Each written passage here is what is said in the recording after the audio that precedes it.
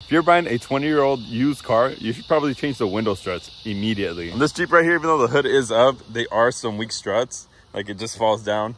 And if you're gonna be working under the hood on your Jeep, you probably should change those out. That way it stays open. The trunk ones are actually decent, but we are just gonna change them out. The window ones though, so that side is working, but this side, it's rusted shut. It doesn't even open. So we're gonna go ahead and remove that as well.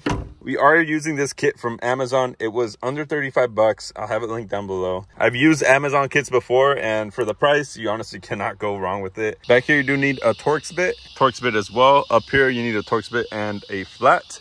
And up there, you need a flat screwdriver to remove them. If you look at this right here, they have little clips on there. So you pry up on the clip and then you can pull these out. When they're new, you just literally push them in and they'll clip on. So let's go ahead and remove that. And this will be a pretty simple install. Anyone could do this with simple tools. These for the rear are different. As you can see, it has like the ball joint here, and then these just clip on.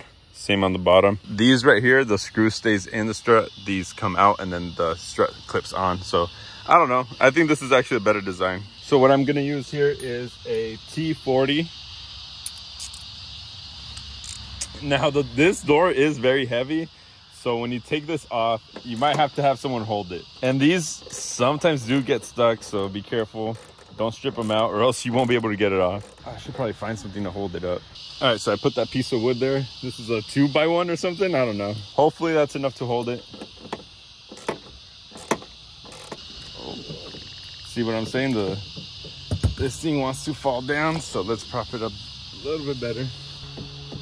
That's probably the best is gonna, yeah, we're just gonna leave it like that.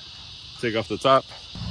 So we got that one off. Now you can either take a flat screwdriver or a pick. Pick is probably easier. Stick that in where, oh, don't poke yourself with this either. Stick that in where the clip is. These are sometimes a little bit tricky. All right, so a little bit sketchy to remove this, but we got it off. Now I can actually screw these in place, and then afterwards these will just clip on. This is just the easier way of doing it. All right, now we got the other one. This is a size 12. I'm not tightening these a lot, just enough for them to be snug. So I suggest starting from the bottom and then doing the top one after. Sorry for all the noise, but can't help it, they're bugs. All right, so now I'm gonna do the window. And like I said, this side's rusted, so I have to be careful how I take this one out so I don't bust out the window. Let me see if I can take the clip off first. Okay, I think I might have gotten it. Yeah, there we go. Kind of scared of this glass breaking. So this one right here is a T30. And the weird part is the new ones are T40, just so you guys are aware. And again, I'm not cranking down on them, but I am making them just a little bit snug. I just know from past experience that these can be pain to take off, so I'm not trying to make it super tight. Line this up, stick it in place, and there we go. Now we got a working window. Let's go. So that's the new one, that's the old one there. Let me go ahead and change the other ones, and then we'll move on to the front.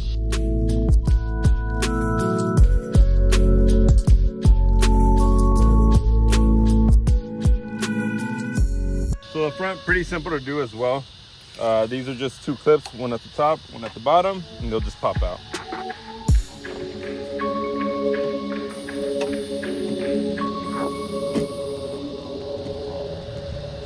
So I am holding it up with my head. It was easier to remove that top piece, hold it up with my head, the hood. I know you probably should use something else, but I was able to move this way and get the bottom one out. You can take this plastic off, it'll probably make it easier, but I'm just gonna send it because this is working.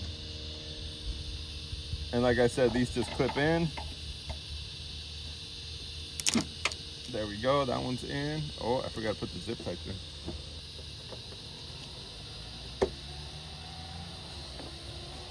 Bam, now we have a new one. Pretty simple to do. These are definitely way easier than the rears. Damn, what's crazy is right now I just have this side in, nothing on the other side, and it's holding up. Versus two of the old ones was not holding anything up.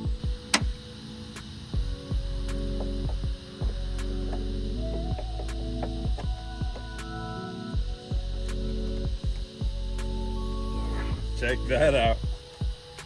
Yo, for 30 bucks, not bad. So as you can see, these things work for 30 bucks.